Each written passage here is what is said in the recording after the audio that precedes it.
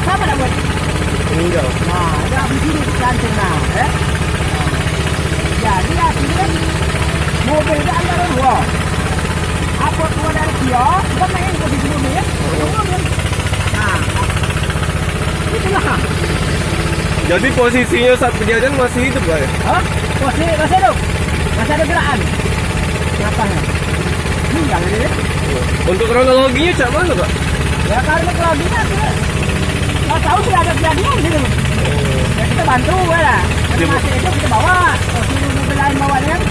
Itulah. Tiba-tiba pas Nio ke sana kondisinya sudah terjepit Pak ya? Ya terjepit ya dalam mobil nak.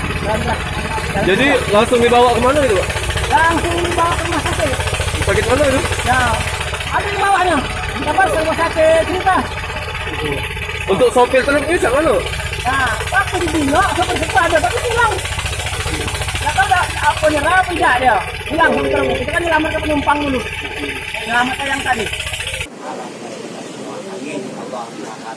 Samping itu juga pada kesempatan ini kami selama keluarga besar juga mengharapkan setiap kalian untuk memberikan maaf apabila dalam masa hidup beliau yang berumur 18 tahun terdapat kesalahan-kesalahan atau kita dijelaskan kembali kami terima kasih mudah-mudahan Allah akan membalasnya amin Allahumma amin.